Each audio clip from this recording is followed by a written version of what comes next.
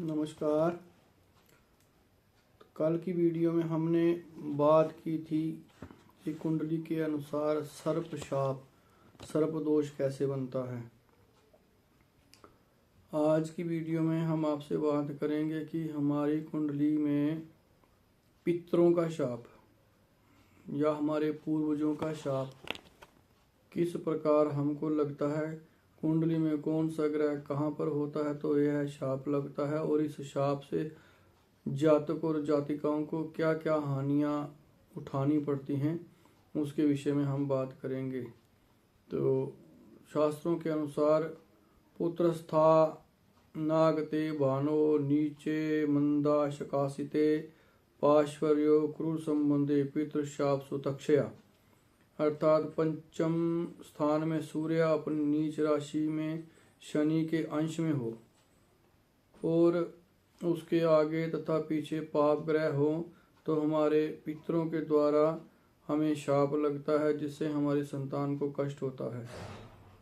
पुत्र आस्ते नादीपे भानो त्रिकोणे पाप संयुक्ते क्रूरे अंतरे पाप दृष्टि शाप तक्षया,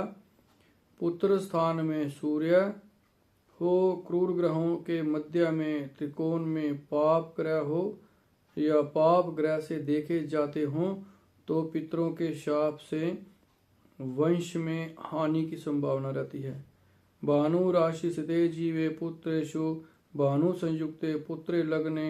जाप मुक्ते पितृशापा सुतक्षया, सूर्य की राशि में गुरु हो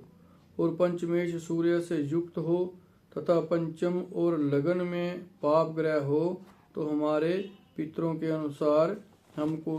शाप लगता है और उस शाप से वंश में वृद्धि नहीं होती है, संतान की हानि होती है। लग्नेशे दुर्बले पुत्रे पुत्रेशे भानु संयुक्ते पुत्रे लगने पाप युक्ते पितृशाप सुतक्षया, अर्थात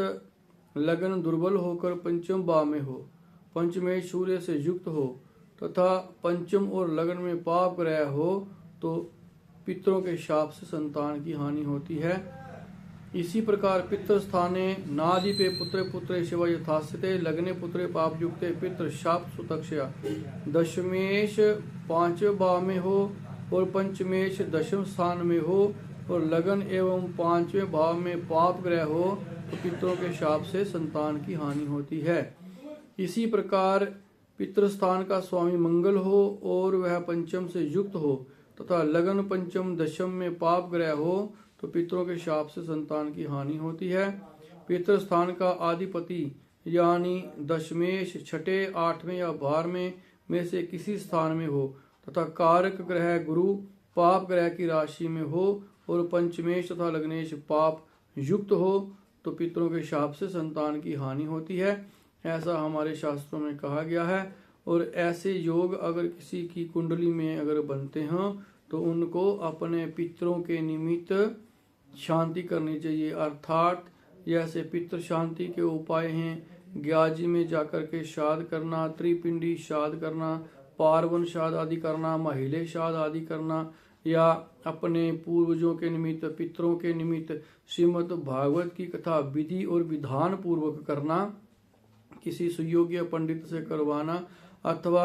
हरिवंश पुराण की कथा करना या भगवान विष्णु के 1000 नामों का पाठ, विष्णु सहस्त्र नाम का पाठ करने से इन सब पापों से और इन सब दोषों से मुक्ति मिलती है, वंश की वृद्धि होती है, भगवान विष्णु का आशीर्वाद सदा बना रहता है, ऐसा हमारे शास्त्रों में वर्णन है। इनमें से कोई एक भी कार्य विधि और विधान पूर्वक करने से इन पापों से पापों के दोषों से मुक्ति मिल जाती है। मगर शास्त्रों में जैसा लिखा हुआ है, शास्त्रम वचन प्रमाणम,